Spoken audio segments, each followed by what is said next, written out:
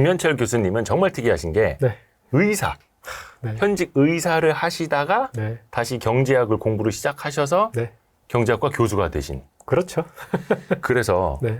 의사를 하다가 경제학 교수가 되신 이유는 뭡니까?라는 질문을 네. 정말 많이 들으셨을 것 같아요. 그렇긴 하죠. 굉장히 특이한 케이스다 보니까. 네, 맞습니다. 우리나라 혼자입니다. 아, 그래요? 네네. 전 세계에도 20명 정도밖에 없습니다. 의사 출신 경제학 교수. 의사이면서 경제학 박사인 사람이 전 세계에 한 20명밖에 안 되고요. 그중에 경제학과 교수를 하고 있는 사람은 3명 안 되는 것 같은데요. 그 의사 하시다가 이제 일종의 전업을 하신 이유는 잠시 후에 제가 여쭤볼게요.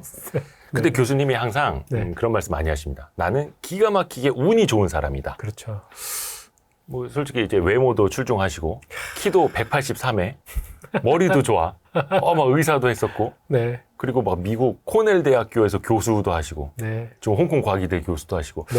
뭐 물론 이 정도 되면은 운이 없었다라고 하면 이제 비양심적인 거 아닙니까? 운이 없는 사람은 이제 네. 사람들이 얘기하는 그 성공한 사람이 될 수 없었겠죠, 이제. 근데 제가 뭐 운 얘기를 좀 드릴까요? 네, 그럼요. 네네. 그 제가 이제 운이 인생 성취의 한 80%이다라고 최소한 80%이다라고 얘기하는데요. 우리가 흔히들 이제 운칠기삼이라고도 하는데 그렇죠. 아예 80%다. 사실 어쩌면 그보다 더 높을 수도 있습니다. 그런데 이제 그 이유가 뭐냐 하면요. 예. 그 세계은행의 치프 이코노미스트가 무슨 일을 해봤냐 하면 네. 소득을 쭉 다 조사해보고 전 세계에 있는 사람들의 네네네. 그 다음에 그 소득뿐만 아니라 이제 성별, 뭐 교육 연한, 예. 태어난 나라, 예. 뭐 다양한 것들을 집어넣어 놓고 한번 분석을 해봤어요. 그랬더니 태어난 나라의 평균 GDP와 1인당 평균 GDP와 그 불평등 지수, 지니 코에피션트 그 두 개로 네. 그 소득의 50%를 일단 설명한다. 그러니까 태어난 나라가 어디냐에 따라서 한 50% 먹고 들어가는 거죠. 근데 이 정도는 사실 우리가 기분 다 알잖아요, 사실. 뭐 50% 정확하게 몰라도 그렇죠. 어느 나라에 태어났느냐가 얼마나 중요해요. 그러니까 뭐 분쟁 중인 국가 네. 저쪽 어디 뭐 팔레스타인, 뭐 우크라이나 뭐 이런 데 태어나면은 정말 힘든 거고 아프리카 태어나 보세요. 뭐 그렇죠. 아무리 자기 잘났어도 쉬운 일이 아니죠. 네네네. 일단은 뭐 근데 나 태어난 나라가 50%이지만 나는 좋다. 난 다른 나라 사람들 생각 안 한다. 우리나라만 따져보자. 막 네. 이렇게 해도 그 중에 그러면 다시 우리나라에서는 그럼 뭐가 중요할까 생각해 보면요. 일단 제일 중요한 게 뭐 부모잖아요. 네.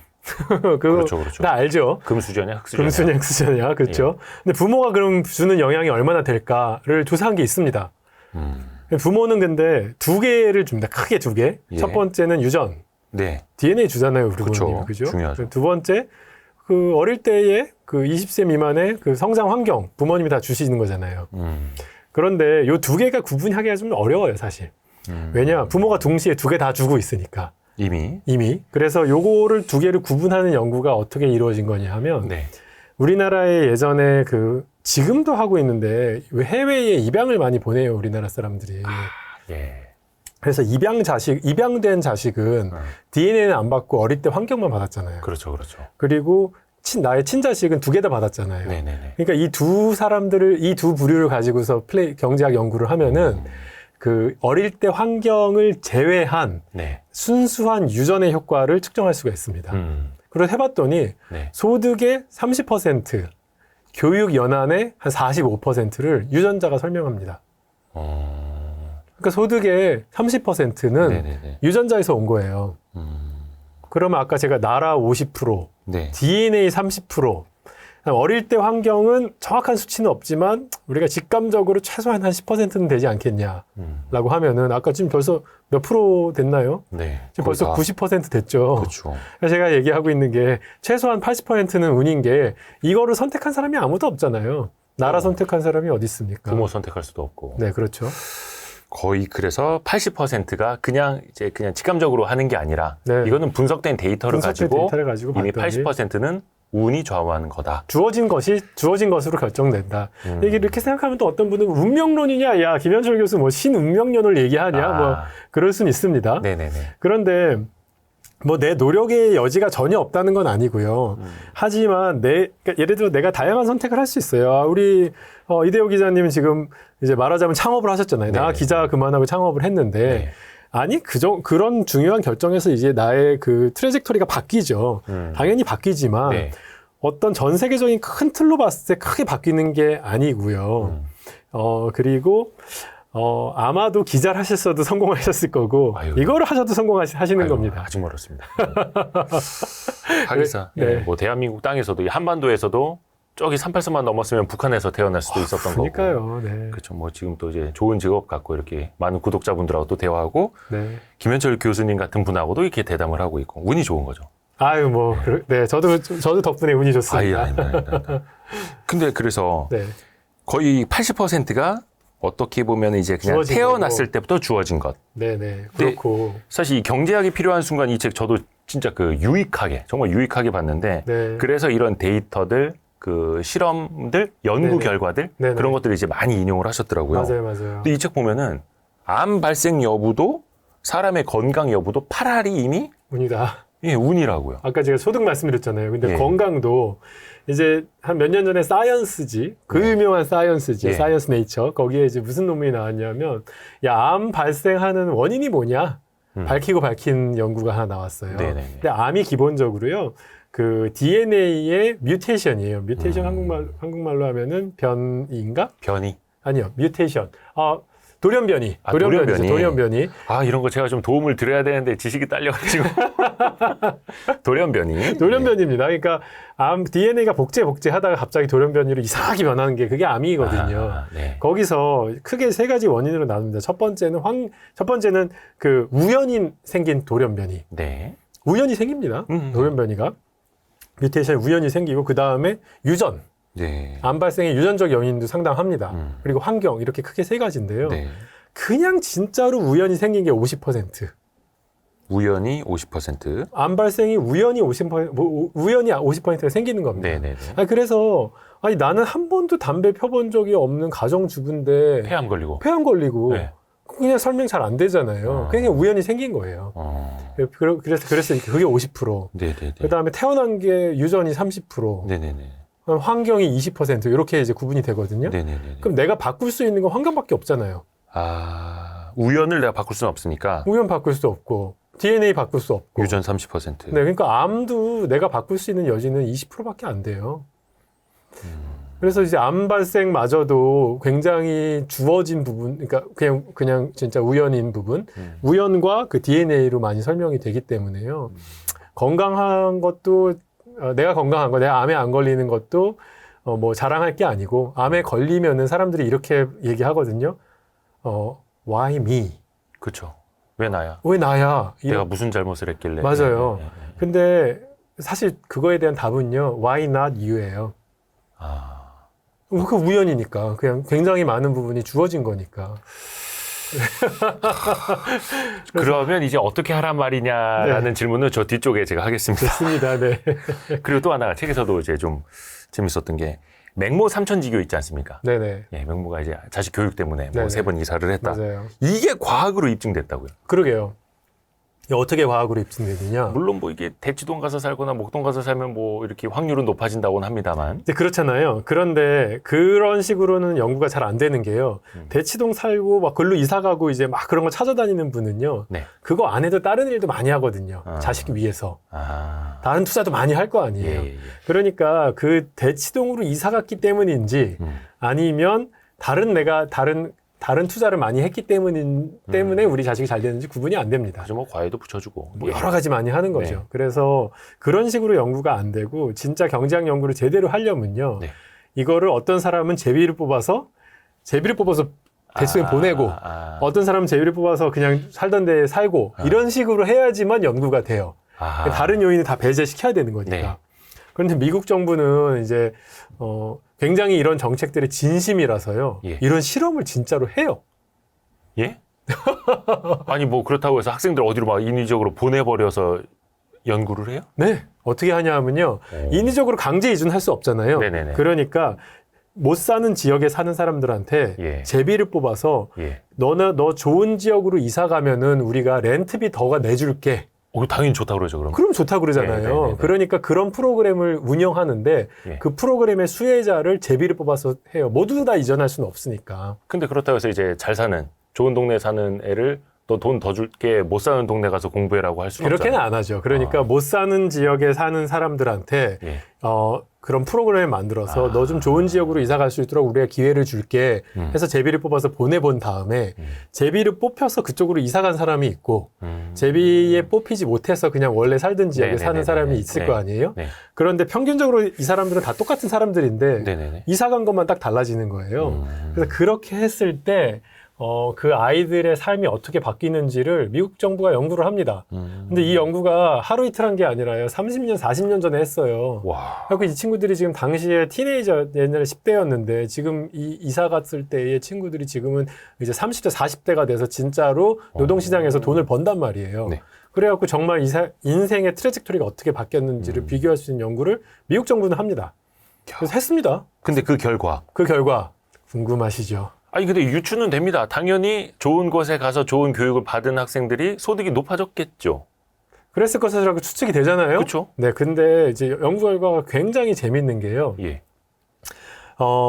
초등학교 때까지 간 사람들, 12세 미만에 간 사람들한테는 진짜 그런 결과가 있었어요. 어릴 적에 간 친구들. 어릴 때 간 친구들은 네. 조기 유학. 뭐 우리나라 조기 유학은 중고등학교를 포함하는데 중고등학교 때 간 친구들은 오히려 성적이 좀 떨어지고 뭔가 더 안 좋았어요.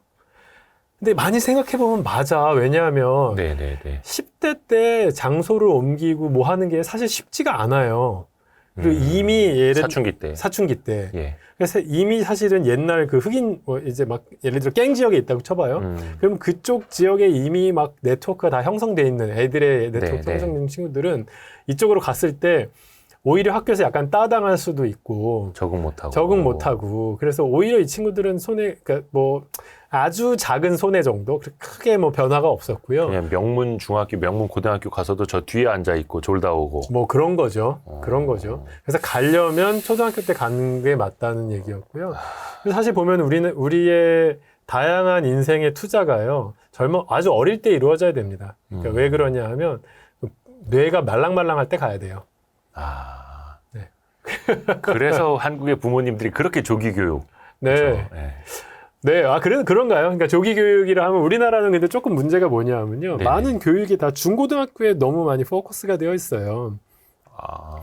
중고등학교 때 과외시키면은 좀 도움이 되겠죠. 당연히 더 좋은 대학 갈 수 있을 것 같긴 한데. 네. 사실 진짜로 중요한 거는요. 그 공부 잘하는 능력도 물론 뭐 중요하지만 네.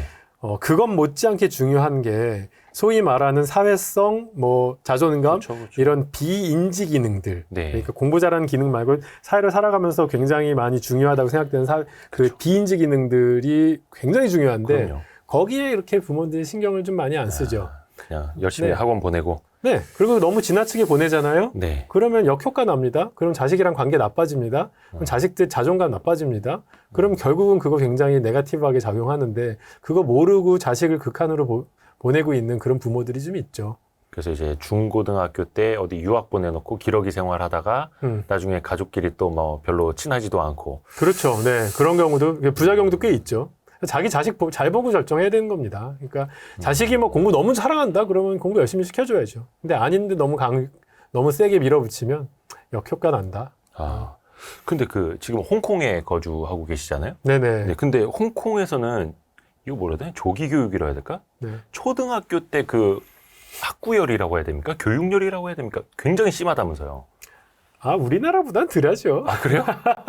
거기도 만만치 않죠. 네. 왜요? 아니 거기도 되게 뭐라 해야 되나? 좁은 곳에서 네. 성공을 하려면 네네. 틈바구니에서 네네. 되게 치열하게 공부를 한다고 들어가지고. 그렇죠. 그래서 이제 뭔가 초등학교 때 더 많은 게 좌우되지 않을까. 그렇죠. 그러니까 그러니까 이게요, 꼭 뭐 좋은 대학, 그러니까 좋은 대학만 가는 것만 생각하면요. 예. 물론 공부 잘하는 능력이 압도적으로 중요하죠. 근데 우리 여기 시청자 여러분들, 인생을 살아가면서 공부 잘하는 것만으로 살아갑니까? 그 얘기를 저기 서울대 의대 나오신 분이 연대구나. 연대 의대 나오시고 지금 미국 컬럼비아대에서 경제학 박사학위 받으신 분이 네. 공부 잘하는 것만으로 뭐 아니 근데 우리 사실은 회사 다니다 보면 딱 알아요. 아니 뭐 공부 잘하는 친구, 공부 잘하는 거 굉장히 중요하겠죠. 그런데 회사 생활 잘하는 사람이 누구예요? 사회성 바른 좋은 맞습니다. 사람들이 잘하잖아요. 그래서 공부머리랑 일머리는 좀 따로 다르다 있다. 뭐 이런 네. 얘기 하잖아요. 근데 그 두 개가 같이 가야 된다고 생각하는 거고요. 굉장히 하나 더 팁을 말씀드리면요. 네. 이제 공부머리와 이제 뭐 다시 공부머리와 그 공부 아닌 그 사회성 머리 네. 이게 이렇게 그 노동시장에서의 보상, 그러니까 임금이 이제 올라가는데 네. 똑같은 정도로 올라가지만 마지막 순간에 이 위로감은 위로 갈수록 두 개가 스파크가 튑니다. 그러니까 공부도 진짜 잘하고 사회성도 진짜 좋은 사람들은 그 위에 진짜 최정점에 가는 거예요. 그렇죠. 예. 그래서 보시면은 대기업 임원들, 그 다음에 똑같이 무슨 뭐 사자 붙은 사람 중에서도 특별히 성공한 사람들은요 사회성이 그렇죠. 좋아요. 예. 그 두 개 굉장히 같이 가야 된다는 사실을. 이거 뭐 따로 떼놓을 수도 없는 거고요, 사실은. 같이 사회성과 또 공부. 그러니까 그 두 개가 같이 가줘야 되고 그 두 개가 같이 올라갈 때 굉장히 성공할 확률이 커진다. 뭐 상식적인 거지만. 아, 그럼요. 네, 상식적인 거지만 경제학이 밝혀냈습니다. 근데 그 중에서도 네. 사실 이제 모르겠습니다. 저는 이제 우리나라에서만 살아봤으니까 학벌주의가 우리나라는 되게 심하다고 이제 저도 사회생활하면서도 느끼고 네네. 한데 우리나라 학벌주의에 대해서 아마 많은 분들도 알고 계실 테니까 해외랑 다른 나라랑 비교하면 어떻습니까? 다른 나라들도 학벌주의가 그래 좀 있지 않을까요? 네, 제가 뭐 모든 나라에 살아본 건 아니지만요. 네네. 뭐 살고 있는 미국, 홍콩, 예. 또 이제 제가 연구 많이 하던 저개발 국가, 뭐 같이 생각해 보면요. 예. 학벌주의 제일 센 나라가 이제 우리나라라고 저는 보이고요. 아, 그래요? 네네. 뭐 홍콩과 미국도 만만치는 않습니다. 근데 네. 이제 학벌주의 뭐냐? 그러니까 좋은 대학 나오면은 더 많이 잘 먹고 잘 사는 이제 이런 건데 세상에 좋은 대학 나와서 더 잘 먹고 더 잘 살지 않는 나라는 없습니다. 네. 아니 좋은 대학 나오는 애들이 아무래도 그 능력치가 더 높겠죠. 네. 그거는 너무 당연한 건데 이게 강조되면 강조될수록 노동시장에서의 좋은 학교를 나왔을 때의 그 보상이 그렇지 않은 경우보다 급격하게 많아지면 많아질수록 학벌주의는 더 세질 수밖에 없습니다. 그렇죠. 당연한 거죠. 그러니까 예를 들어 지금 우리나라 의대를 보내고 싶어서 학부모들이 이제 굉장히 열심히 노력하잖아요. 네. 저는 학부모의 입장에서는 굉장히 당연하다고 봅니다. 네. 왜냐하면 의사들이 우리 사회에서 굉장히 잘 먹고 잘 살거든요. 그렇죠. 그 의사 되지 않고 이공계에서 이제 의대 아닌데 나왔을 때와 의사가 됐을 때의 소득이 네. 단순히 그 소득 차이도 굉장하지만요. 의사는 또 정년퇴직도 없어요. 그 정년도 없죠. 네, 그냥 더 많이 벌고 더 오래 번단 말이에요. 예, 예. 그러면은 내가 부모 입장에서 저도 우리 자식 의대 보내고 싶어요. 그건 너무 당연한 거예요. 네. 그러니까 그렇게 과열되는 양상이 부모 탓이냐 학부모 탓이냐 저는 학부모 탓이 별로 아니라고 생각해요. 그렇게 된 구조, 사회의 구조. 그러니까 의사들 돈이 많이 버는 게 제가 욕하는 게 아니라 다른 직종에 비해서 너무 많은 차이가 난다. 소득의 격차. 소득의 격차. 그걸 얘기하는 거예요. 그러니까 서울연고대 나온 친구들이랑 그렇지 않은 친구들, 이제 바로 밑에 있는 대학 친구들이랑 예를 들어 이런 연구 해볼 수가 있어요. 아슬아슬하게 서울대 연고대 붙은 친구랑 네. 그 바로 밑에 있는 대학에 아슬아슬하게 그 떨어져서 바로 밑에 있는 대학에 나갔을 때요. 네. 능력 차이 별로 없는 거잖아요. 그 두 친구들은. 네. 그렇죠. 예를 들어 수능이 390점이 이제 커트라인이었어. 근데 390점 받아갖고 그 스카이 대학에 갔는데 어떤 친구는 389점 받아서 그 바로 밑에 있는 대학 갔단 말이에요. 그러면은 능력 차이는 거의 없는 사람이니까 이게 사실은 노동시장에서 거의 비슷한 아웃컴으로 나와줘야 된단 말이에요. 네네네. 그런데 현실이 그렇지 않다는 거죠. 그건 또 이미 또 많이 밝혀져 있습니다. 어느 나라나 그렇습니다. 네. 그러니까 미국 최근에 이제 하버드의 라체리 교수가 네. 낸 논문에 이제 딱 그걸 보여줘요. 네. 능력치 거의 비슷한데 예. 아슬아슬하게 진짜 좋은 학교 가면은 인생이 어떻게 바뀌는지 보여주는 거예요. 그러니까 예를 들어서 이제 뒷문 닫고 들어갔다라는 것처럼 그렇죠. 그 학교에 꼴찌로 들어간 사람과 네. 약간 좀 떨어지는 학교에 1등으로 들어간 사람의 네. 차이요. 네네. 원래는 진짜 그냥 딱 능력대로 보상을 한다 그러면요. 예. 그 차이가 거의 없어야 되는 거죠. 종이 한 장 차이. 그렇죠. 예. 그런데 사실 현실은 그렇지 않거든요. 이제 그게 말하자면 대학 프리미엄이라고 합니다. 근데 그 차이가 적어지면 적어질수록 교육 과열 양상이 줄어들 거거든요. 그렇죠. 그런데 이 차이가 많으면요. 교육제도 아무리 바꿔봐야 굉장히 마이너한 그러니까 되게 작은 변화일 뿐인 거죠. 이 근본적인 사회의 보상 구조가 바뀌지 않으면은 계속 이 현상은 지속될 거고, 제가 가끔 이제 교육 지옥이라고 표현하는데, 네. 교육 지옥이 바뀌겠습니까? 계속 있는 거죠. 어떤 형태로든지. 그렇죠. 소득의 격차. 사실 이게 대학 프리미엄, 간판값이라고도 하고. 네. 그래서 우리 동네 보면 연세치과가 제일 많잖아요. 왜 이렇게 치과는 연세치과가 많아? 아, 그래요? 그것도 대학 프리미엄이죠. 아, 근데 그렇다고 그쵸. 해서 뭐 네. 의사분들 뭐 소득을 좀 적게 받아라, 조금만 줘라 할 수도 없는 거고. 다른 직업들의 뭐 소득을 다 인위적으로 올려줄 그럴 수도 수는 없는 거고. 거고요. 네. 근데 게임의 룰이라는 거는 국가가 만드는 거잖아요. 네. 저는 게임의 룰을 국가가 세팅할 때 굉장히 그런 부분들 신경 잘 써야 되고, 또 하나씩 있는 게 상위 0.1%의 수재가 의과대학만 가게 되면요. 이게 사실 왜 문제냐면요. 제가 제 의대 졸업했잖아요. 네. 제 졸업 동기 카톡방이 있어요. 예. 그렇겠죠? 네. 다 100% 의사죠. 의대니까요. 의대니까. 네네네. 네. 그래서 제가 친구들한테 물어봤어요. 야, 친구들아, 예. 니네 생각에는 상위 몇 % 정도면 무난하게 의사를 할 수 있을 것 같니? 네. 제 친구들이 대답을 하는 게 0.1% 전혀 아니라고. 상위 한 5% 정도의 그 머리 정도 두뇌. 되면은, 두뇌 정도 되면은, 아, 의사에서 사는데 아무 문제 없다고. 그 친구들도 그렇게 얘기해요. 네. 그럼 이게 뭐냐? 우리 최상위권 인재가 의대를 갔는데, 네. 병원 산업이라고 하는 거는요, 예. 트리클 다운이 없어요. 낙수 효과. 낙수 효과가 없습니다. 예, 예. 그러니까, 뭐, 정말 잘해봐야, 뭐, 해외 환자 조금 유치하는 정도, 뭐, 그거 해외 진출 아주 정말 코딱지만큼 하고, 아니, 병원 산업을 통해서 네. 국민이 더 많이 먹여 살고, 나라가 발전하고, 부가가치가 생성되고. 부가가치 하는 게 아니잖아요. 예. 근데 왜 상위 1% 여기다 보내고 있냐고. 여기는 기술 기업이 들어가야 되는 거예요. 기술 산업으로 그렇죠. 우리나라 최고의 인재를 보내야 되는데 예. 그게 안 되고 있는 거는 진짜 굉장히 안타까운 거고요. 국가의 미래는 사실은 그러니까 좋은 기업이 나와야지 그 낙수 효과도 생기고 취업 일자리도 생기는 거고 수출해야지 우리나라가 돈도 벌어오는 건데 병원 인더스트리는 이게 한계가 있거든요. 그렇죠. 그래서 되게 좀 안타깝고 그래서 우리나라가 최근에 의과학자 양성 뭐 이런 얘기 들어보셨어요? 의과학자. 네, 의사과학자 양성. 봐봐, 연구 많이 하는 의사들. 네네. 네네네. 그런 얘기 하는 게 이제 최상위권으로 이제 의사들이 갔으니까 예. 그나마 좀 이분들로 하여금 어. 이제 사이언스 내지는 공학이랑 이제 같이 붙여서 한번 해보자 이렇게 네, 하는데 한계가 있는 거죠. 그냥 공학자들과 그냥 이제 생물학 하는 사람들이 진짜 이제 뭔가 브레이크스루를 이루면 많은 보상이 있어야 되는데 그 부분들이 굉장히 부족한 거죠. 그래서 그냥 병원 가서 일하는 게 낫고 개원하는 게 훨씬 더 낫고 막 이런 식으로. 내 자식의 입장에서는 굉장히 정말 이렇게 리스키하게 하는 것보다는 뭐 병원에서 뭐 80살까지 잘 이렇게 그쵸. 뭐 많이 벌고서 있으면 좋잖아요. 저 스타트업 갖고 신약 개발하겠다고 막 투자하고 막 집 팔고 막 하는 것보다 그게 뭐 그냥 대형 병원 다니는 게 낫다. 일반인 입장에서는 그렇습니다. 그렇게 생각할 수 있는. 그래서 그 게임의 룰을 정하는 게 중요하다라는 네. 말씀이시고. 근데 여기서 약간 좀 자연스럽게 생각이 드는 게 최근에 이제 의대 정원 늘리려고 하고 의사를 더 늘리겠다라고 하지 않습니까? 네네네.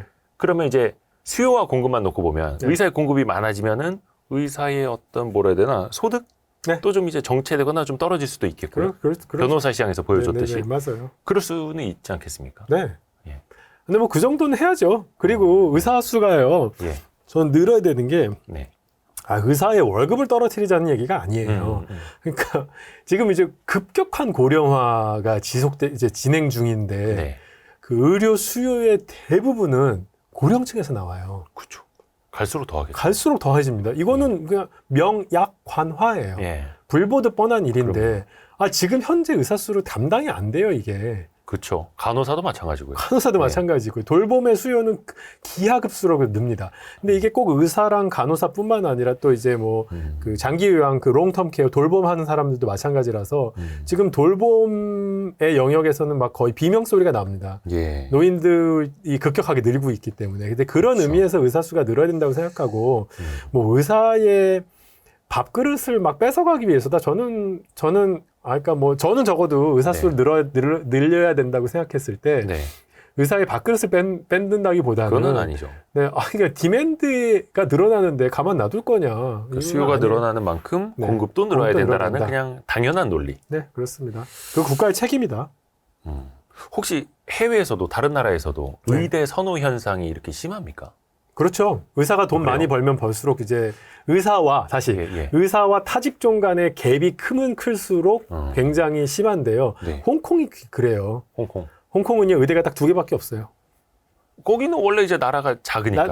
나라 작죠. 근데 이제 네. 홍콩 인구가 700만이에요. 우리나라 4천만이에요. 좋은 우리나라 엄청 편이 많이죠. 아니네요. 예. 네네. 좋은 편이 아니네요. 그렇죠. 음. 그러니까 홍콩은 의사의 공급이 너무 부족한 상황이고 또 그러면서 홍콩은 이제 중국의 일부잖아요. 네네네네. 근데 중국 메인랜드에서 의료 라이센스 받은 사람이 홍콩에서 홍콩의 진료 못 합니다.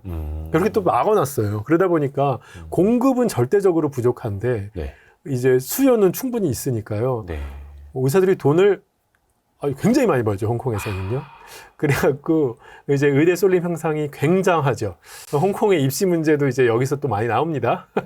그렇죠. 그래서 홍콩도 빈부격차가 엄청 심하기로 유명하고 네, 그렇습니다. 사실 어느 나라나 뭐 의대 선호 현상은 있을 수밖에 없는 거고. 네네. 근데 미국도 그런데 미국은 좀 덜해요. 왜냐하면 미국은 택 기업들이 예. 특히 이제 테크놀로지 기업들이 예. 굉장히 많이 선전하면서요. 그쪽의 임금이 높거든요. 그렇죠. 그래서 막 창업하려고 많이 하죠. 네네. 그래서 의대 쏠림이 있지만 우리나라처럼 홍콩처럼 심하지 않거든요. 격차가 이렇게 크진 않다. 그렇죠. 그러니까 다른 이제 테크놀로지 나 막 개발할래 아니면 창업할래 해도 어느 정도는 벌 수 있으면 그러니까 네. 결국은 이 격차가 중요하다라는 생각을 하는 거고요. 아하. 네. 근데 이 학벌주의가 네네. 저출산 현상의 원인이 되기도 합니까? 학벌주의가? 학벌주의가 저출산 원인이냐? 네. 저는 그렇다고 생각하는데 네. 이제 저출산 원인이 이거 하나겠습니까? 그 종합적인 거죠. 진짜. 종합적인 예, 거죠. 예. 저출산은 우리 사회의 어려운 점들의 말하자면 종합 그쵸. 확대 축소판이고요. 맞습니다. 네, 근데 여러 가지 문제가 있는데 뭐 주거 문제, 음. 그 다음에 양육 문제, 애 키우면 이제 그렇죠. 제가 한국에 오랜만에 와서 애들 키우려니까 힘들어 죽겠습니다. 아주. 양육 부담이 뭐 압도적으로 높습니다. 홍콩에 비해서. 홍콩이 물가가 더 비싸고 한데 여기가 더 힘들다고요? 훨씬 더 힘들어요, 우리나라가요. 홍콩은 외국인 가사 도우미가 있잖아요.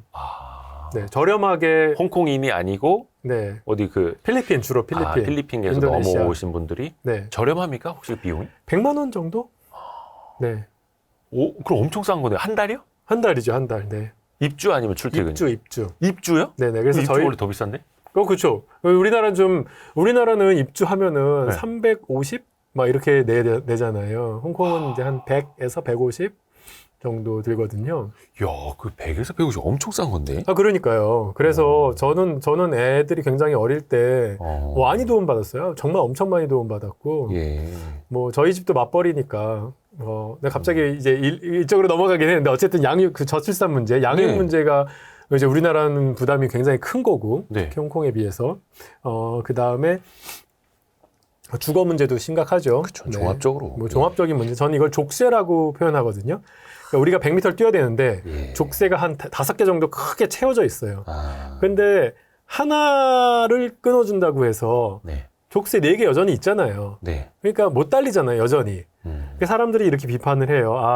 야, 돈을 줘봤더니 안 되더라? 뭐 했는데도 안 되잖아. 이렇게 얘기하는데. 그쵸. 이게 안 되는 게요. 이 족쇄가 여러 개 달려있기 때문에 사람이 100m를 뛰려면 이게 여러 개가 거의 동시에 다 풀어져야 되지 뛸 수 있단 말이죠. 네네네네. 그래서 요 하나 안 된다 이렇게 하면 안 되고요.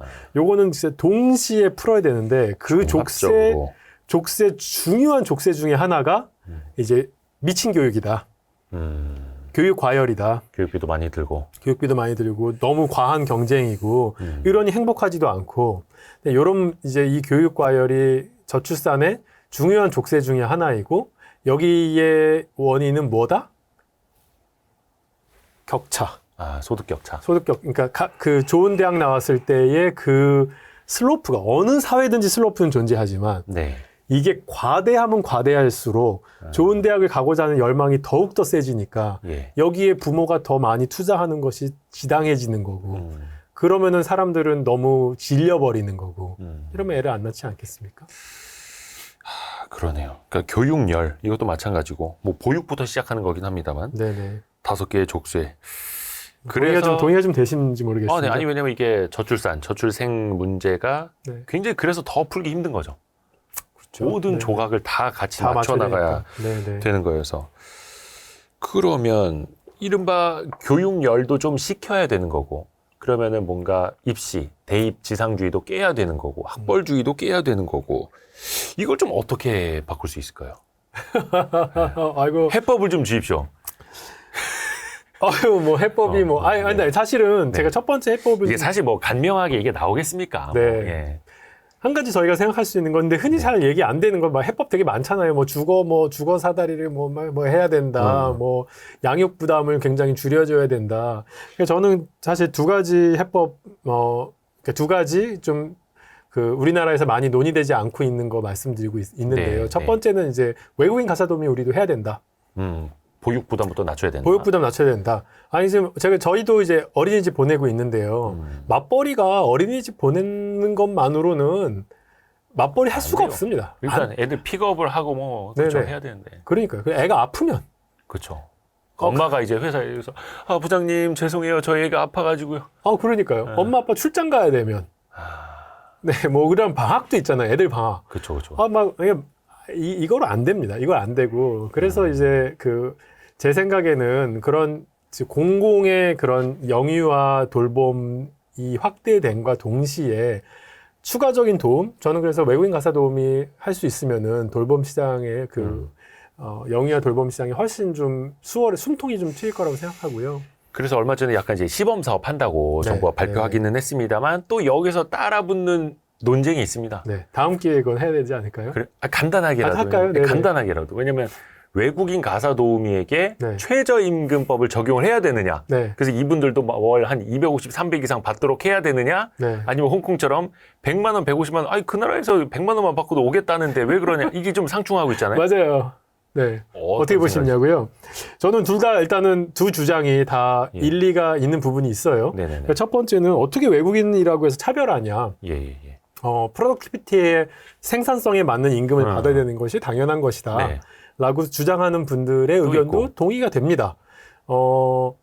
동시에 그렇게 되면은 예를 들어 250만 원 주면은 그러면 이제 한 600만 원, 700만 원 버시는 분들만 고용할 수 있잖아요. 그렇죠. 내가 뭐 300만 원 버는데 세금 떼고 나면 250만 원인데 네네네. 그 250만 원을 다 주고 그럼 왜 내가 일을 해? 이렇게 되는 거니까 이제 그렇게 되다 보면 고소득자를 위한 제도가 되는 건 또 사실이 되는 거죠. 네. 그래서 저는 좀 창의적인 해법을 해야 된다고 생각하는데요.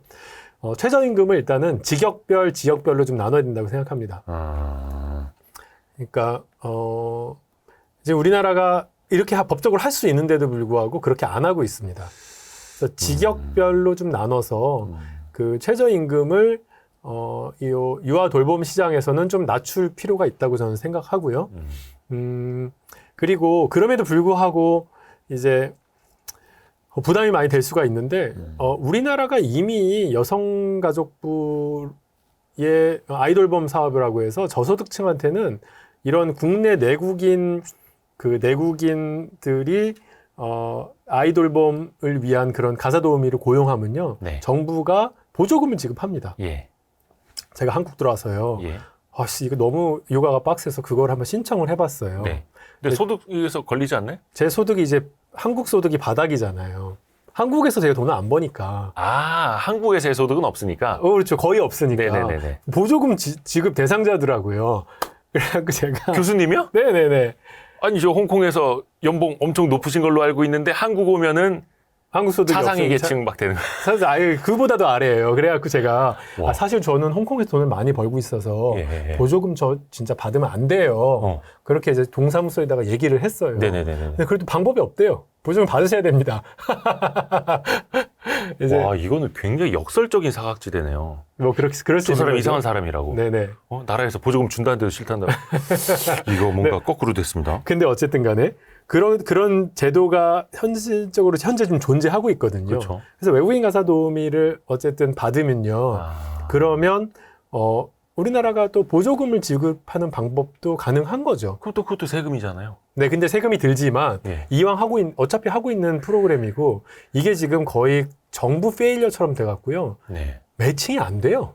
아. 매칭 확률이 뭐 한 30% 40%밖에 안 됩니다. 그러니까 구하지 못한 사람인지 부지기수예요. 이건 이제 공급을 더 확대를 해야 되는데. 네, 어차피 공급을 확대해야 되는데 그럼 외국인 가사 도움이 있으면은 지금 공급이 딸리는 거니까요. 이렇게 좀 할 수 있도록 도와주는 필요가 있다. 근데 그 외국에서도 대한민국 가서 한 네. 달에 한국 돈으로 한 100만 원, 150만 원 정도 받을 수 있다라고 하면 네, 뭐 필리핀이나 이런 쪽 분들이 네. 올까요? 안 올까요?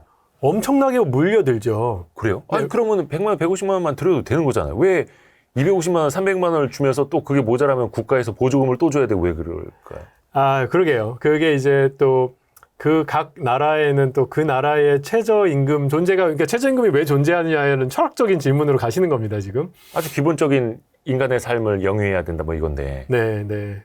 그래서 아니, 그래서 그분들이 저도 서울에 와서 150만 원으로 살 수 있겠냐 또 이러면 이제 답이 안 나오는 거죠. 그런데요. 그 만약에 숙식을 제공하면서요. 예. 어쨌든 간에 100만 원을 저금할 수 있게 해드리면요. 예. 그러면 그렇죠. 숙식 제공되면 이제 네. 끝나죠. 네네네. 그래서 사실은 방을 여유 있게 만들 그러니까 방을 줄 수 있는 집이 많아요.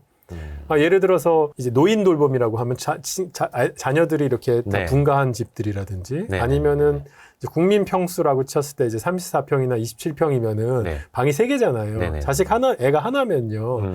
그리고 애가 둘이라도 아주 영유하면요. 방 같이 쓴단 말이에요. 그럼 방 하나 주려면 주거든요. 그래서 방을 드리고 그렇게 해서 월급 한 달에 100만 원, 200만 원 아낄 수 있다면 네, 네. 네, 월세보다 더 많이 버는 건데. 그렇게 해서 저는 할 수 있다고 생각하고요. 뭐 아무튼 요거는 또 이제 보시는 분들마다 생각은 다를 수는 있겠습니다만. 네. 한 가지 제가 그냥 생각이 다른 분들한테 좀 말씀을 드리면요. 예.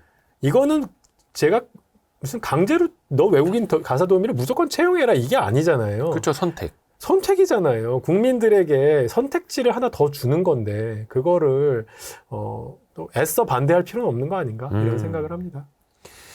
이게 사실 이제 저출생 문제, 네. 학벌주의가 저출생 문제의 요인인 한 가지가 된다라는 네, 이야기로 여기까지 또 왔는데 그러면 외국인 가사 도우미를 도입하는 것 네. 말고 또 다른 또 해법도 있을까요? 저출생 문제를 좀 해소할 만한? 그 아까 제가 얘기했던 그 과격한 임금 격차. 임금 격차. 예. 근데 그게 모든 선진국에서요, 지난 한 30년간 상위 99%의, 그러니까 상위 1%가 네. 압도적인 돈을 많이 버는 그런 현상이 상위 10%, 상위 1%가 예전에 그 격차보다 더 많은 격차를 지금 낳고 있는 게 이제 세계적인 트렌드고, 그래서 피케티가 많이 보여준 부분이 있고요. 자산을 갖고 있던 사람들이 결국은 부의 효과로 더 많이 늘어나게 된다. 네네네. 빈익빈 부익부 더 커진다. 네, 그리고 이제 소득 격차도 굉장히 더 커진다. 네, 네, 네. 소득도 그렇다. 다른 나라들도 마찬가지고. 다른 나라 마찬가지인데 그런 격차들이 커지면 커질수록요. 네. 보통은 이제 소득 그 상위 1%막 이런 사람들이 어디서 나오냐면 다 이 좋은 좋은 대학 졸업한 분들이 네트워크도 좋아지고 미국도 하버드 나오면요 갑자기 네트워크가 완전히 차원이 달라집니다. 밀어주고 끌어주고. 네, 동문 네트워크 장난 아니거든요. 그러겠네요. 하버드 저 후드티 이런 거 입고 다니지 않습니까? 우리나라도 예일 이런 거 많이 입고 다니는데. 네, 월스트리트에서 인턴 하려면요 예. 하버드 나오면 압도적으로 유리해요. 서류 전형 무조건 통과. 서류 전형이 훨씬 쉽게 통과가 되는 거죠. 네, 그러면서 이제 밀어주고 끌어주고 하는 동문 효과가 생기는 건데요. 이제 그런 것들이 과격하면 과할수록 얼마나 이런 그 교육 과열이 더 심해지겠습니까? 저라도 그렇게 할 것 같거든요. 야, 지금 좀 더 투자 좀 더 해갖고, 더 좋은 대학 간다면은, 그러면 얘 인생이 완전 달라진다면은, 당연히 그렇게 할 것 같고요. 근데 조금 제가 격차 없어져야 된다는 게 아니라, 네. 너무 급격한 이런 것들을 좀 이렇게 좀 낮춰주면은, 그렇게까지 그러면 서울대학 나와서 뭐 할 건데, 재기의 기회, 이런 것들을 좀 많이 만들어줄 수 있는 그런 사회가 된다면 저는 좋겠습니다. 제가 좋은 대학 나왔지만, 예. 저는 그렇게 얘기하고 싶습니다. 그러니까 좀 대학교를 몇 군데 다니신 거예요? 네, 저 연세대학도 나오고, 서울대도 나오고, 콜롬비아 대학도 나오고 그랬습니다. 장난 아니다. 네. 그랬으니까 제가 제가 좀 더 좀 세게 얘기하겠습니다. 네. 그러니까. 근데 일단은 기본적으로 머리가 좋으시잖아요. 노력도 물론 하셨겠습니다만. 네, 좋은 편이겠죠. 네, 근데 그런 분이 키도 183이야. 그래서 어찌됐든 간에 김현철 교수님은 국가부터 마찬가지로 네. 태어날 때부터 뭔가 나를 좌우할 수 있으니까 거의 80%는 먹고 들어가니 네. 이게 내가 이제 운으로 어떻게 보면 네. 많이 이제 성장을 했다라는 것도 받아들여야 된다. 그래서 현재의 성공이 자기의 성취, 자기의 노력만으로 된 거는 아니다라고 항상 자각을 해야 된다라고 강조를 하고 계시고 네. 그럼 반대로 네. 현재의 성공이 자기의 성취에 의한 것이다라고들 많이들 그렇게만 생각을 한다면 네. 사회가 위험해지는 걸까요? 그러면 어떤 문제가 생기는 걸까요? 뭐 사회가 위험하다고 표현하기보다는요. 네. 일단은 사실이 일단은 제 성공도 그렇고, 그러니까 저부터 잠깐 돌아서 얘기하면요. 예. 제가 대한민국 사회에 태어났고, 뭐 비교적 좋은 부모님 만나서 뭐 DNA도 잘 받고 어릴 때 양육 환경도 좋아졌고, 네. 제 삶의 터닝 포인트마다 굉장히 저도 운이 좋았거든요. 그런데 이런 나의 성취가 약간은 어느 정도는 내게 아니라 내가 온전히 이룬 게 아니다라는 사실은 좀 기억하실 필요가 있는 거죠. 누구나 뭐 주식 투자로 해서 성공하신 분들 뭐 솔직히 말해서 내가 진짜 공부 열심히 해서 그 뭐 종목 열심히 해서 된 부분만 있습니까? 그렇죠. 운빨도 있죠. 운빨 얼마나 커요. 그쵸. 솔직히 주식 투자 80%는 운빨입니다. 근데 요 부분에서 논쟁이 있을 수도 있는데 저희가 운과 실력의 성공 방정식이란 그 영상도 찍은 적이 있는데 마이클 모구신의 책 꼭 보셔야 됩니다. 꼭 보셔야 됩니다. 좋습니다. 예. 네. 거의 야구랑 비슷하다라는 거죠. 그렇죠. 운이 정말 필요하다. 사실 야구도 엄청나게 운이 많이 작용하잖아요. 그죠. 그 월드 시리즈에서 에러 한 번 해가지고 그냥 끝나는 거 아닙니까? 맞아요. 네. 아니, 똑같이 타구도요. 2루수 정면으로 가느냐 옆으로 가느냐에 따라서 뭐 완전 달라지는데 베이스를 맞을 수도 있는 거고. 맞아요. 근데 그런 부분이 다 인생에 존재하기 때문에 나의 성공이 내게 아니라고 생각한다면요. 조금 더 운 없었던 사람. 그러니까 진짜 나쁜 나라에 태어나고 부모한테 좋은 환경 DNA 못 받던 사람들이 뭐 노숙자들이 솔직히 노숙자 되고 싶어 되는 겁니까? 그 알코올 중독도 DNA가 있습니다. 아 그래요? 네. 알코올 중독 거의 유전이에요. 정신과 의사들한테 물어보세요. 아 그래요? 네. 오 신기하다. 그렇기 때문에 예. 그런 분들한테 예. 그런 분들 뭔가 그게 운이 없는 거잖아요. 그런 분들한테 조금 좀 따뜻해져라. 세금 내는 거 조금은 좀 관대하게 생각하자. 네. 네. 우리나라 같은 나라가 많지 않다. 네. 그러니까 미국에 저랑 비슷한 하시는 분들도 진짜 미국의 잘난 놈들 우리 제가 코넬 대학 있었지만 그 대학에 있는 친구들이 맨날 하는 생각이 이거 다 성공 다 내가 이룬 거라고 하면요. 국가가 날 뭘 해줬는데. 다 세금 많이 나는데 국가가 해준 게 뭐야? 그렇게 생각하거든요. 그런 생각 하시죠. 솔직히 근데 미국이란 나라가 어떤 나라입니까? 미국에 있었기 때문에 택 기업 다 성공하는 거 아니에요. 그렇죠. 미국이 아니었으면 그 택 기업들이 페이스북이 싸이월드예요. 그렇죠. 그렇잖아요. 그러니까 천조국이라고 하는 거예요. 그러니까 천조국이라 하는 거고요. 좋은 나라 만드는 게 바로 이런 거라고 생각합니다. 미국에 있는 친구들 특히 택 기업 성공하면요. 자기 본인들이 잘한 것도 있지만 이 미국이라는 나라의 엄청난 힘 여기에 덧붙여서 간 거죠. 그래서 그 나라는 애국심도 엄청 강조하잖아요. 막. 예. 우리나라도 그렇게 됐으면 좋겠습니다. 그러게 일단 우리나라에서 태어난 것만 하더라도 일단 글로벌 상위 50% 이상으로는 가는 거고. 상위 50%가 뭐 상위 20%, 10%로 가는 거죠. 네. 그렇죠. 네. 요즘부터는 이제 또 아까 처음에 제가 이제 뒷부분에 여쭤보겠다라고 했던 이야기인데 네네. 의사를 하시다가 경제학을 공부해야 되겠다. 네. 지금 그 의대 동료들 단톡방에 들어가면 혼자 경제학자신 거죠? 물론이죠. 근데 네. 교수님이 의사 시절에 만났던 한 그 암 환자 이야기가 이제 책에도 직접 쓰셨습니다만은 그 이야기를 좀 그래도 이게 좀 어려운 이야기이긴 한데 짧게나마 조금 부탁드릴까요? 네. 제가 이제 이런 그러니까 의사로 살면서 강남 세브란스 병원에 있었을 때 얘기예요. 강남 세브란스 병원은 환자가 크게 두 군입니다. 그 동네에 오신 분들. 강남 쪽 동네 쪽 분들. 동네 잘 사시는 분들. 전원돼서 오신 분들. 그러니까 어디 지방이나 다른 데 있다가 빨리 대학병원 가보세요. 그렇죠. 해서 오신 분들. 현격한 차이가 납니다. 현격한 차이가. 근데 이게 경제학자가 지금 제가 이제 20년 지나서 경제학자의 눈으로 보니까 굉장히 자연스러운 현상이고 그러니까 더 사회경제학적 지위가 높으신 분들이 병도 덜 걸리고 암 걸리면 더 일찍 발견하고 치료도 훨씬 잘 받으시고 이래서 덜 돌아가시고 하는 것들이 굉장히 뭐 거의 상식의 수준인 얘기인데 네네네. 당시 저는 이제 의과대학 학생일 졸업반일 때인데 굉장히 그게 충격적이었어요. 그래서 정말 마지막에 제가 이제 이제 초짜 의사였죠. 초짜 의사인데 아이 뭐 할머니 한 분이 들어오시는데 예진을 하려고 돌아오시는데 네네네. 차트를 보니까 일단 45세인 거예요. 45세 여성분인데 할머니처럼 보이는.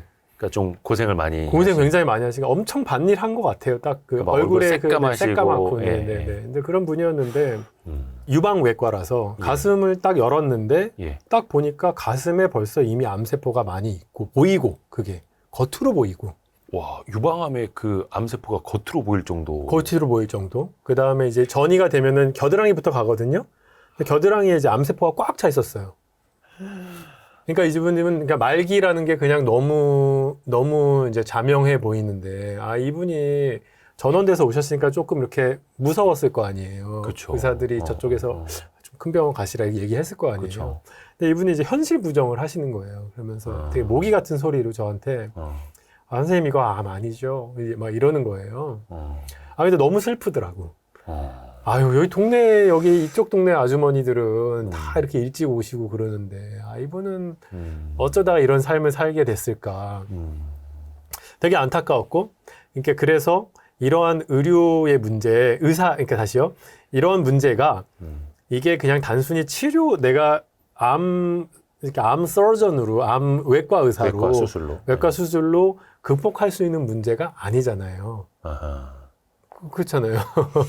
그런 어떤 뭐 빈부격차라든지 의료 접근성이라든지 정책으로 커버해야 하는 것들. 그런 거죠. 그래서 제가 이거 근본 원인을 이런 분들을 어떻게 좀 도울 수 있을까 생각하다가 이거는 굉장히 정책으로 좀 풀어야 되는 거 아니겠는가 생각해서 경제학 공부한 게 좀 여기까지 20년 돼서 20년 넘었죠. 여기까지 왔습니다. 이야. 근데 이제 아마 후에 생겼을 텐데 네네. 우리나라에서 국민건강보험공단에서 만 40대 넘어가면 2년마다인가요? 그 암 검진 해주죠. 그 의무적으로 해야 되는 거 나오잖아요. 네, 맞아요. 근데 책에서도 보면 이게 제대로 효과를 못 내고 있다라고 지적하시더라고요. 그러니까요. 제가 이런 환자들 보면서 경제학 공부하기 시작했고 제가 또 보건복지부에 근무한 적이 있었어요. 아니 혹시 인생을 한 150년 사셨어요? 왜 이렇게 경력이 많으셔? 네네. 보건복지부 근무한 적이 있었는데 저희 바로 옆과 제가 근무했던 그 바로 옆과에서 이 암검진 담당이었어요. 그러니까 굉장히 잘 알았죠. 그래갖고 제가 유학 가서 정말 너무도 자신감 있게 진짜 이게 우리나라 암 환자를 많이 살렸을 것이다 라고 자신하면서 그죠. 2년마다 국가가 검진을 해주니까 이러면서 시작했는데 이게 이제 봤더니 성공적이지가 않은 거예요.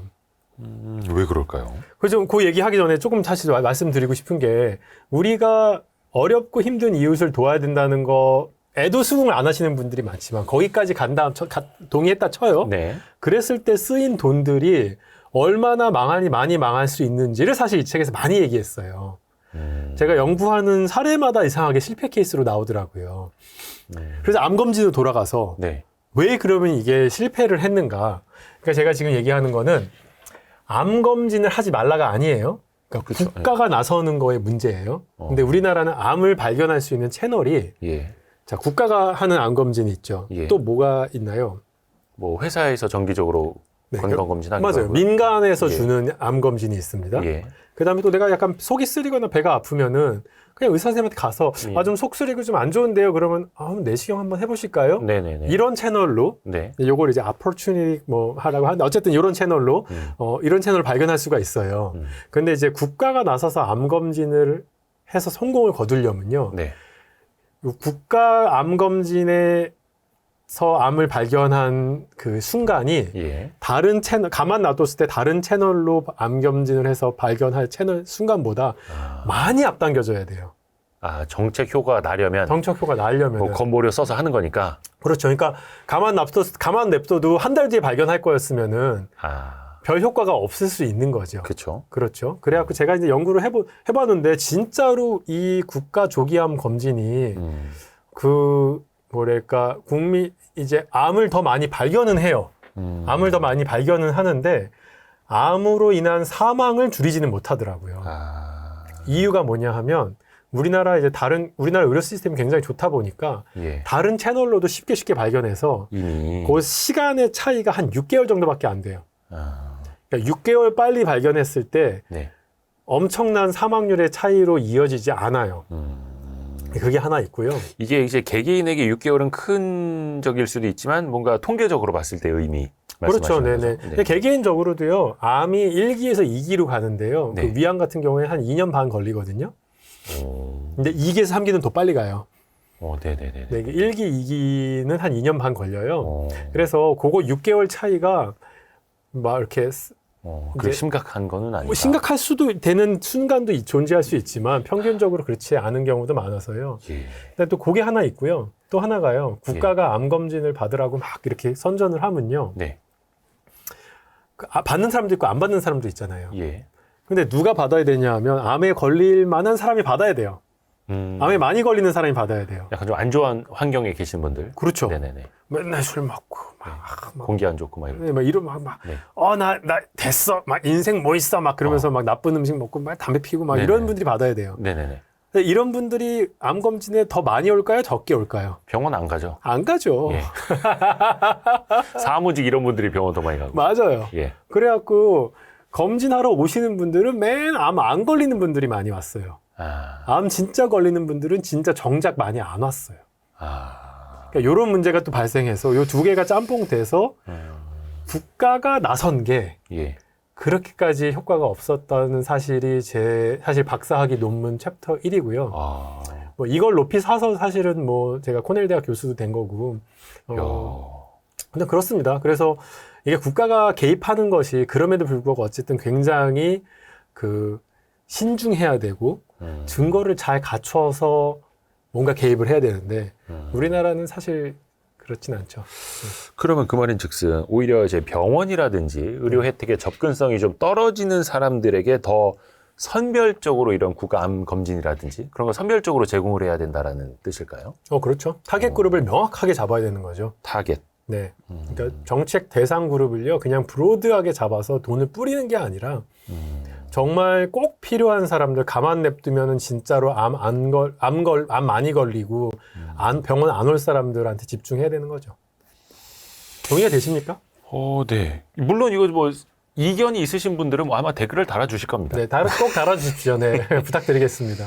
그리고 이 책에서도 쓰신 내용이 이건 이제 정치적인 거 다 떠나서 이제 기본소득이라는 것들 네네. 있지 않습니까? 네네. 이게 제안을 하시는 분들도 있고. 네. 근데 기본소득보다 안심소득이 더 필요하다라고 네. 강조를 하셨어요. 네. 우선 이거 잘 모르시는 분들을 위해서 기본소득하고 네네. 안심소득하고 어떻게 다른 겁니까? 네, 좋습니다. 예를 들어서 네. 두 가지 좀 설명할 텐데요. 사실 세 가지를 설명해야 됩니다. 네. 기초생활보장제도. 우리나라 국기초라고 하거든요. 네. 가난한 분들한테 소득 증명하고 나면은 뭐 이렇게 이제 돈을 우리나라가 주잖아요. 네. 이제 국민생활 기초제도. 네. 예. 근데 이게 먼저 문제가 많다는 사실을 좀 아셔야 돼요. 기초생활보장제도가요? 네네. 네, 우리 이제 기사를 많이 좀 보신 분들도 계실 텐데 창신동 모녀 사건, 송파 세모녀 사건 뭐 이런 거 혹시 들어보셨어요? 이게 어디서 나온 거냐면요. 우리나라는 국민 기초생활보장제도가 굉장히 훌륭한 제도임에도 불구하고 그 두 가지 문제가 있습니다. 첫 번째로 약간의 재산만 있어도 네. 이게 탈락합니다. 뭐 중고차가 있다거나. 중고차가 뭐 한 200만 원짜리 중고차 있으면 그냥 무조건 탈락입니다. 근데 한 15년 된 그랜저인데 야 100이량이 어떻게 3000cc야? 이렇게 맞아. 딱 아시네요. 아니 왜냐면 15년 된 그랜저는 아반떼 중고보다 훨씬 싸거든요. 맞아요. 유지비가 비싸니까 뭐 이렇게 더 후려쳐지긴 하는데 그거 있어서 탈락합니다. 탈락. 네. 근데 뭐 예를 들어 병원에 나는 가고 싶은데 뭐 택시비보다 이게 더 싸니까 네. 뭐 이런 분들도 꽤 많거든요. 그렇죠. 네. 그리고 자식이 있으면요. 어느 정도 소득이 있는 자식이 있는데 평생 연락이 안 되는 자식이 있으면요. 그러면 의료 수급자가 안 됩니다. 법적으로 이제 있으니까. 네, 있으니까. 그거 안 되고요. 그 다음에 내가 가난하다는 거를 신청을 해야 되는데요. 진짜 어려우신 분들, 위급 가정들은요. 요 신청도 못 하는 경우가 많아요. 그래갖고 그렇게 자살로 돌아가신 분들 중에 알고 봤더니 이거에 해당되는 분들도 계세요.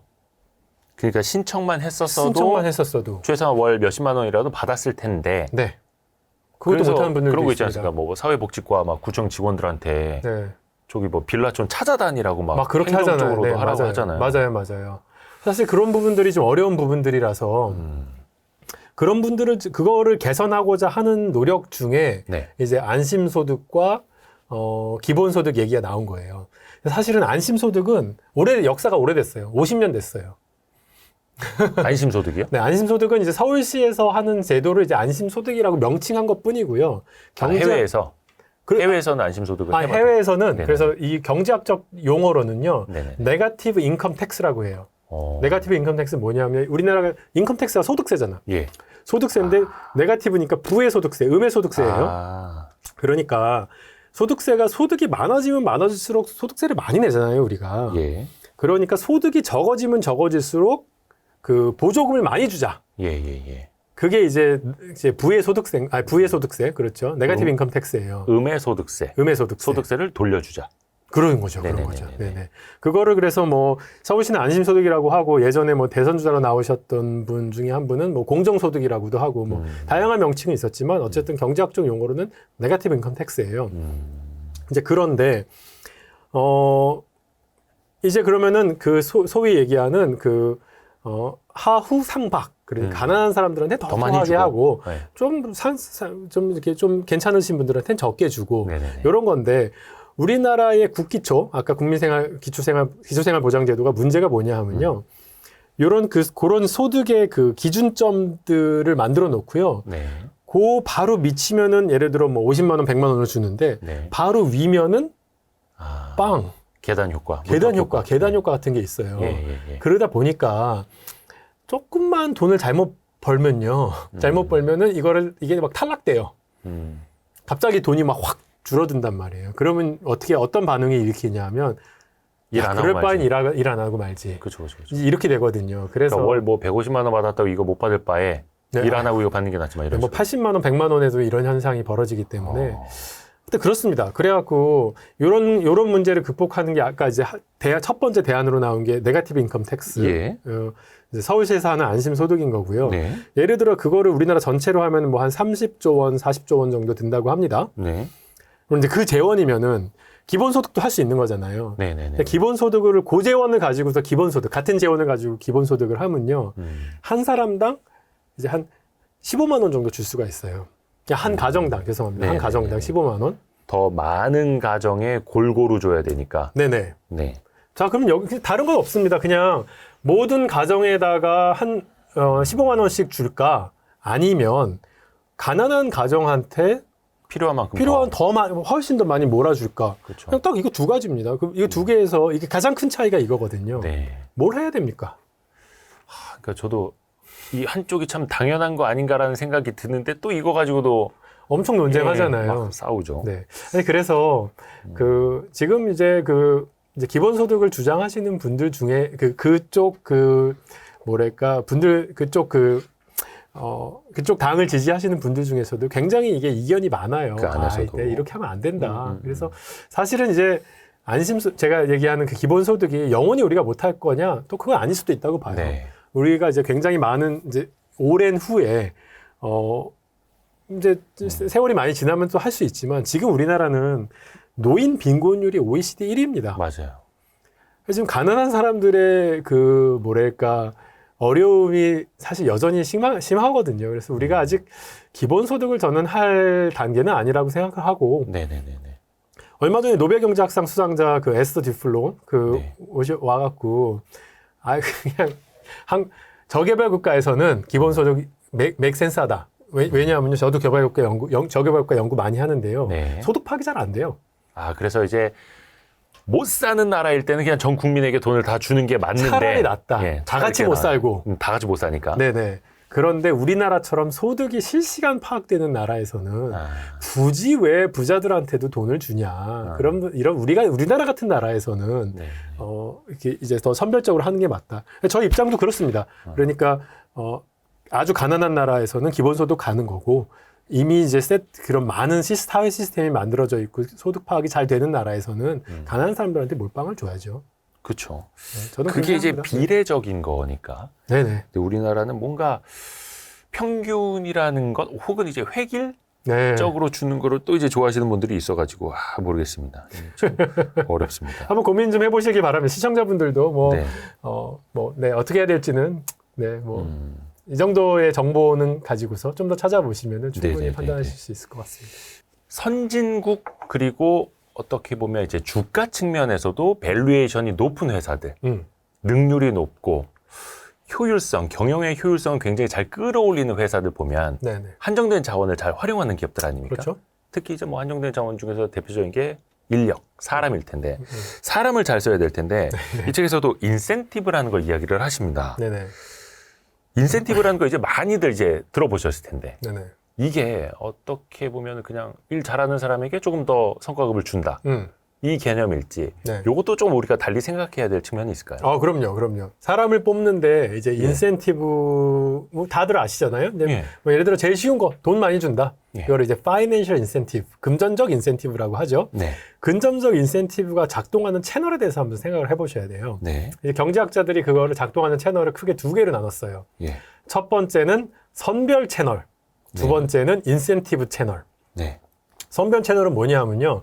돈 많이 주는 기업에 더 능력 있는 사람들이 지원하는 거예요. 그렇겠죠. 네. 네.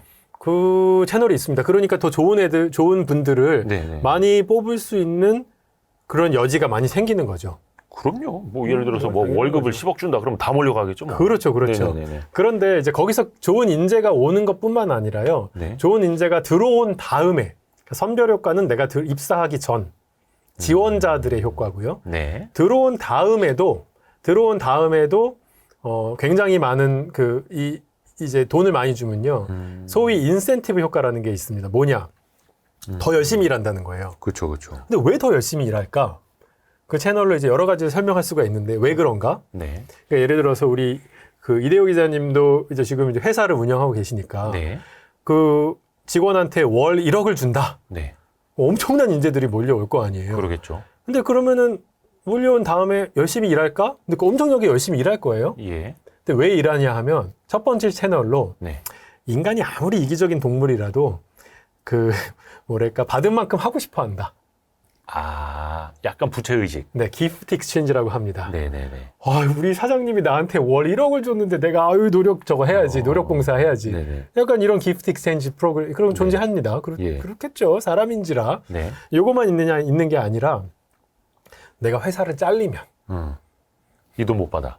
이 돈 못 받잖아요. 내가 어디 가서 월 1억을 받아 말이야. 네, 그렇게 되는 거죠. 네네네. 그래서 요 두 가지 채널이 같이 작동을 합니다. 그러니까 항상 그 인센티브라 함은 선별 효과와 인센티브 효과가 같이 작동을 하는 겁니다.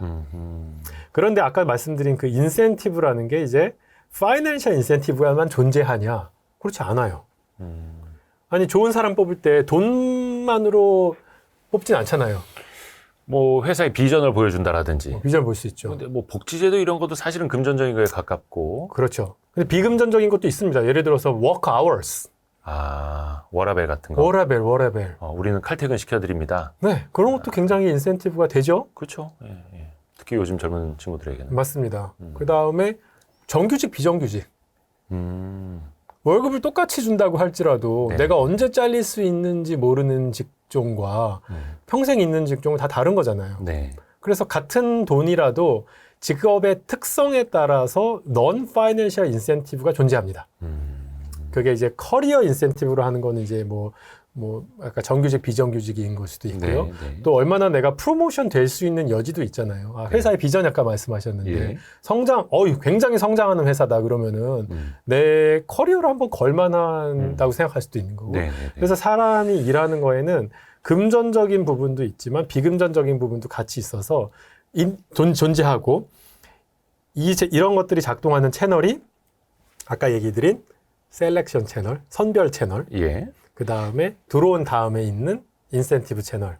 이 두 가지가 항상 같이 존재한다. 요게 이제 경제학의 기본기. 요걸 가지고서 플레이하는 게 이제 회사입니다. 회사가 요걸 플레이해야 해야 됩니다. 그렇죠. 네. 근데 이게 항상 그런 것도 있지 않습니까? 이제 물가 상승률만큼 네. 뭐 공무원 같은 경우 이제 호봉제도 있고 좀 네네. 올라가는 게 있고 네네. 어느 직원이든 간에 내년 연봉은 조금 더 오르겠지라는 기대를 품고 있잖아요. 네네. 이거는 좀 어떻게 회사가 설계를 하면 좋을까요?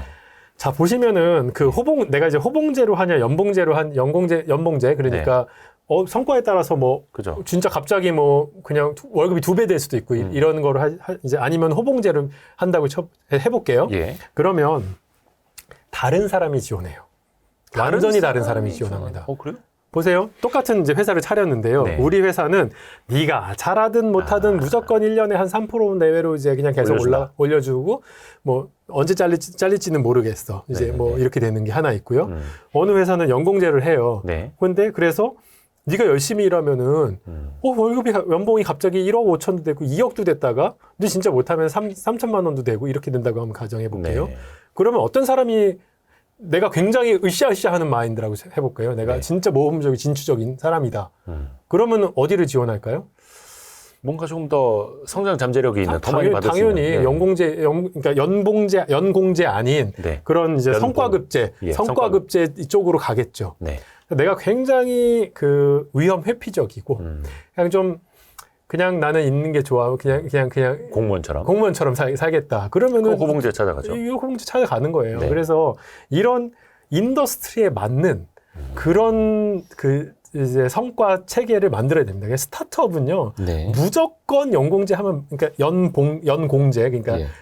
호봉제, 죄송합니다. 호봉제를 하면 망하는 거예요. 그렇죠. 이런 애들이 오면 안 되는 거잖아요. 스타트업 그렇죠. 하면은 진취적이고 굉장히 뭔가 으쌰으쌰 해보려는 친구들이 와야 되는 거죠. 네네네. 그러면 월급 설계를 이렇게 하면은 첫 단추부터 이제 잘못 꿰는 거죠. 예. 그러니까 그런 스타트업 중에 호봉제 하는 데가 어디 있어요? 없잖아요. 그럼요. 다 안 하는 이유가 있는 거예요. 근데 이제 이게 셀렉션 채널이 작동하는 거고 들어와서도 이제 이 친구들이 더 열심히 할 여지가 있는 거겠죠. 근데 그 성과 제도에서도 그 다음 해에는 뭔가 본인이 월급이 오를 수 있다라는 기대감이 당연히 또 있어야 되는 거잖아요. 그렇죠. 항상 정체돼 있다 그러면 네. 뭐 예를 들어서 월급은 당장 많이 받는 것처럼 보이지만 네. 월급의 성장이 없으면 또 그렇죠. 오래 다니기도 힘들고. 그런 거죠. 네, 네. 아니 근데 극도로 위험 회피적인 사람들은요 또 그걸 좋아해요. 그래서 내 인더스트리 사장님들이시라면요. 네. 내가 고용주라고 생각하시면요. 내 인더스트리에 내 산업에 맞는 형태의 임금 체제를 그러니까 그런 형태를 선호하는 사람이 들어올 수 있도록 네. 뽑아줘야 되는데요. 공무원은요. 예. 이제 너무 위험 감수적인 사람들이 들어올 필요는 사실 좀 없어요. 그렇죠. 예. 네네. 그래서 뭐 거기가 뭐 국가 성장률을 당장 30%씩 올려야 되고 뭐 이런 거 아니니까. 이런 거 아니죠. 예, 예. 그래서 연공제가 지금 호봉제가 좀 지나친 면이 있지만 그거를 뭐 완전히 그냥 싹 다 갈아 엎어야 된다고 생각하진 않습니다. 저는. 그러니까 그런 인더스트리의 성격에 맞춰서 내가 이런 식으로 월급 세팅을 했을 때 누가 들어올지를 판단하셔서 우리 회사와 맞는 형태의 사람을 뽑는 것이 이제 그게 경제학의 퍼스널 이코노믹스라고 하거든요. 퍼스널 이코노믹스의 가르침입니다. 듣고 있죠, 우리 PD님? 네네네. 왜냐면 우리 또 직원들도 이제 빡세게 일을 시켜야 되기 때문에. 네. 진취적으로. 네. 네네네. 근데 사장님의 입장에서는요. 예. 인센티브를 돈으로 잘 주셔야 되는 겁니다. 그쵸. 예, 네. 사실. 어떻게 보면 이제 그 월급이 애사심이죠. 또 그런 부분이 있는 거죠. 그렇죠. 네. 제가 이건 좀 소문을 내야 되는데, 이제 아무도 얘기를 안 하고 제가 연말에 네. 아이폰을 선물했습니다. 우리 그랬어요? 막내 PD에게. 여기까지. 회사는 망할 것 같은데. 마지막으로 이거 여쭤보고 싶어요. 네. 주 52시간 근무 제도에 네네. 대해서 어떻게 생각하시는지, 이거를 좀 유연성을 높여야 된다, 혹은 더 좀 확대를 해야 된다, 아니면 이걸 그대로 지켜야 된다, 말들이 많거든요. 네네네. 52시간제 지난 정부에서 했고, 이번 네. 정부에서 69시간제.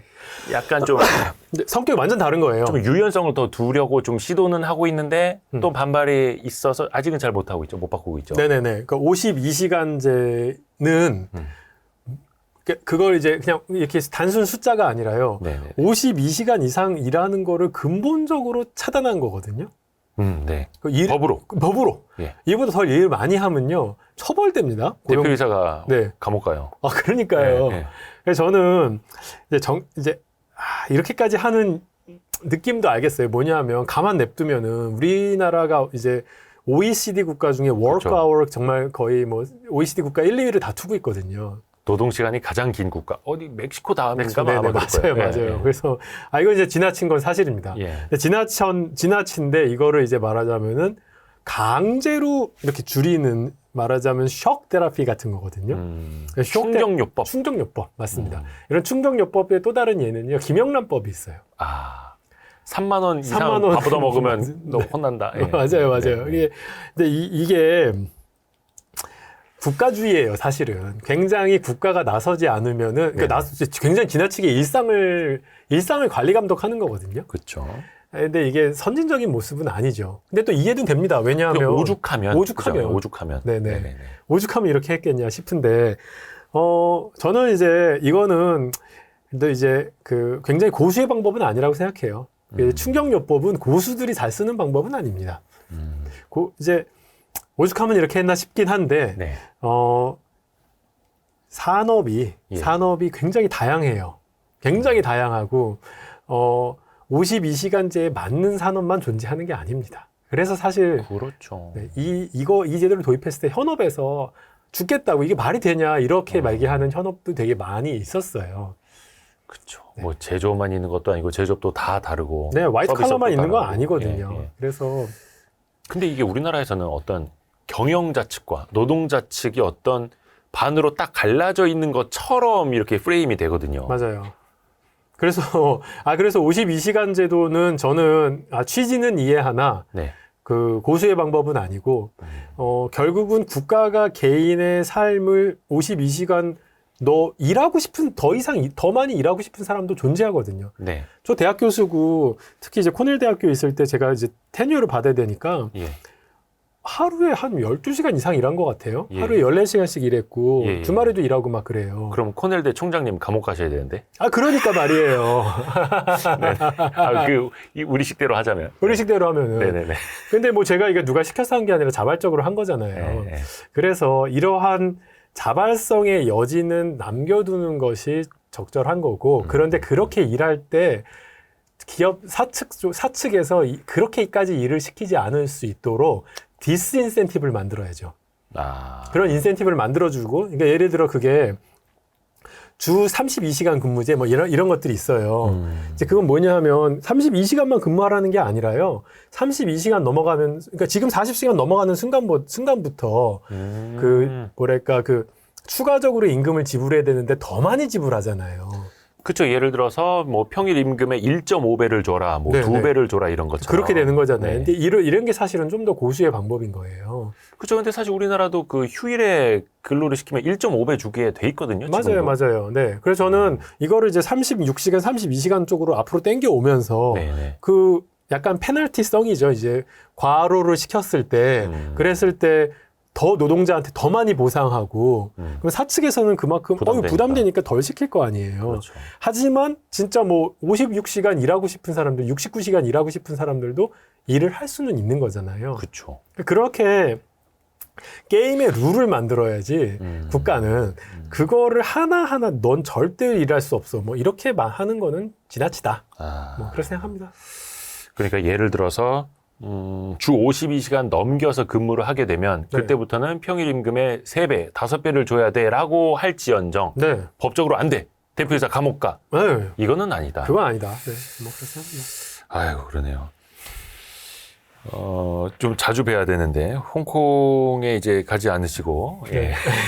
제가 지금 서울에 많이 남아 있습니다. 네. 네네네. 그래서 홍콩 과학기술대학교 경제학과 정책학과 교수님이신 김현철 교수님과 진짜 경제학이 필요한 순간이 언제인지 우리가 또 많이 이야기를 나눠봤습니다. 그래서 이 책도 많이 보시면 또 도움이 되실 겁니다. 생각할 거리가 정말 많습니다. 네, 인생의 모든 순간에 경제학이 필요합니다. 사실. 예. 그래서 또 이제 와이스트리에서 이런 것도 많이 해야 됩니다. 김현철 교수님 고맙습니다. 감사합니다. 감사합니다. 네, 고생하셨습니다. 감사합니다. 고생하셨습니다. 네.